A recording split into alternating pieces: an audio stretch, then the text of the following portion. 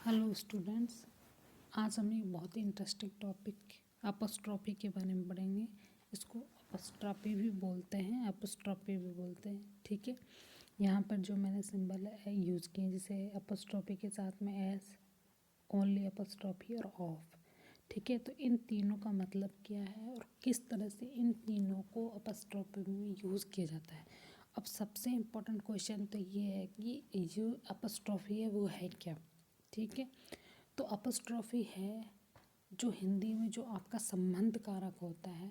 In the same way apostrophe होती है English में। ठीक है, उसको इंग्लिश में अपस्ट्रॉफी बोलते हैं और जबकि हिंदी में उसको बोलते हैं संबंध कारक। जैसे का, की, के, को, हुई, ओ, अरे, ये होते हैं आपके इन द सेम वे। ठीक है, और अपस्ट्रॉफी का यूज जिस तरह से हिंदी में संबंध कारक का यूज होता है रिलेशन को बताने के तरह लिए, उसी तरह से अपस्ट्रॉफी का यूज़ भी होता है हमारे यहाँ पर इंग्लिश में रिलेशन को बताने के लिए। अब जो अपस्ट्रॉफी है उसका अर्थ होता है का, की और के। ठीक है, अब एग्जाम्पल के तौर पे आपको बताते हैं कि अपस्ट्रॉफी में जैसे राम्स बुक, राम की किताब, तो की और सिंबल के तौर पे ये। ठीक है, एस के साथ में अपस्ट्रॉफी एस लगा हुआ है। तो राम की बुक, मोहन की बुक, सोहन की किताब और उनकी किताब में, तो इस तरह से इस सभी वर्डों के साथ में क्या हुआ है अपस्ट्रॉफी एस लगा और उसका अर्थ भी क्या है कि का के बिलोंग करता है। ये हो गया मेन यूज़ होता है इसका रिलेशन को बताने के लिए कि उनका क्या रिलेशन है आपस में, एक कनेक्शन को बताने के लिए अपस्ट्रॉफी का यूज़ किया जाता है जिस तरह से हिंदी में संबंध कारक होता है। अब आते हैं जैसे नॉन लिविंग थिंग्स के साथ में कभी भी एपोस्ट्रोफी एस का प्रयोग नहीं किया जाता है बल्कि ऑफ का प्रयोग होता है। जैसे द हाउस रूफ नहीं होता बल्कि the roof of the house होता है।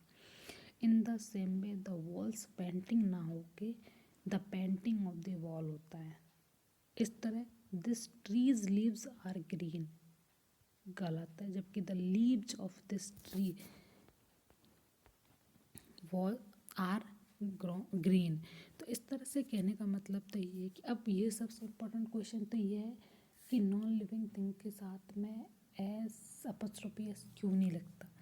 अरे कोई अपस्ट्रोफी एस मतलब तुम्हारा इसका अर्थ बताता है का की के, और का की के अर्थ को कौन बताएगा।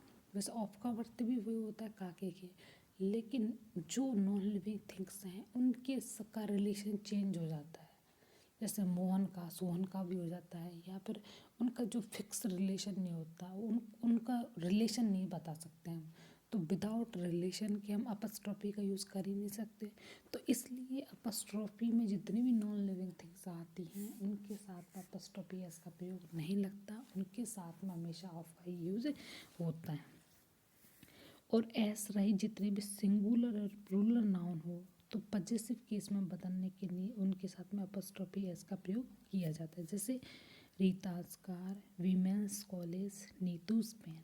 ठीक है, अब हम ये हो गया आपके, इसमें मुझे समझाने की जरूरत नहीं क्यों। जैसे रीता के बाद में एस नहीं है ना, तो रीताज कार लगा दी। इसी तरह वीमेंस के बाद में प्लूरल बनाते समय एस नहीं होता है, इसलिए यहाँ हमने अपस्ट्रॉफी एस का यूज किया है।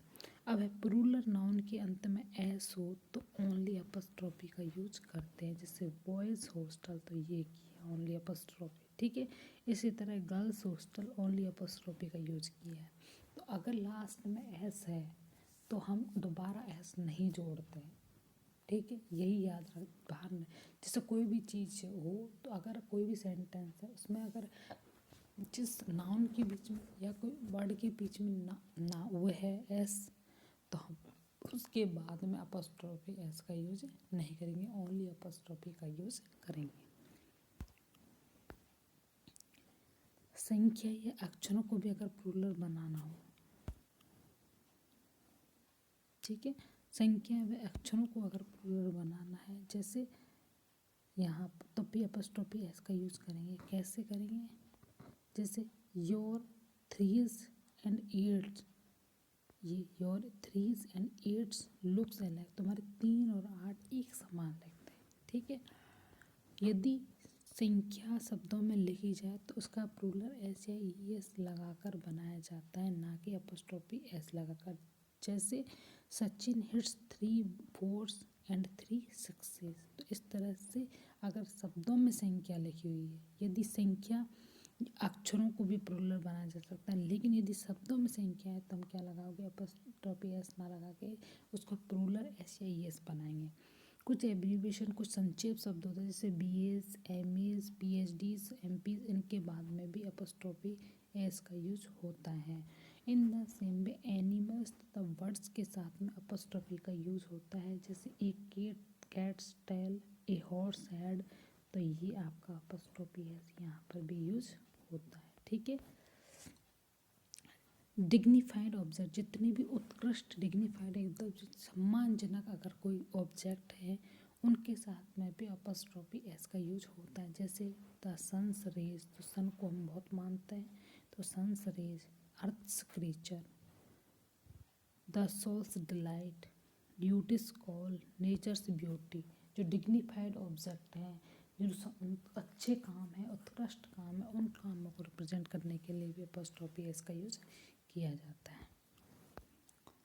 नाउन इन अपोजिशन के केस में भी नाउन के साथ अपोस्ट्रोफी एस का यूज किया जाता है। जैसे नाउन इन अपोजिशन, अपोजिशन में बार बार बोल रही हूँ, अपोजिशन का मतलब होता है समान होना, मतलब उसी नाउन, जो नाउन यूज हुआ है इसी के समान होना। तो यहाँ पर नाउन है द पोइट, पोइट भी है, टैगोर भी है। तो पोइट्स हाउस, तो पोइट का घर या टैगोर का घर, एक बात हो गई। तो डेकोरेट था। ठीक है, मतलब ये इसके बिल्कुल समान होना ही अपोजिशन को डिनोट करता है, और जो नाउन यूज हुआ है उसके साथ में ही अपोस्ट्रोफी एस यूज होगा।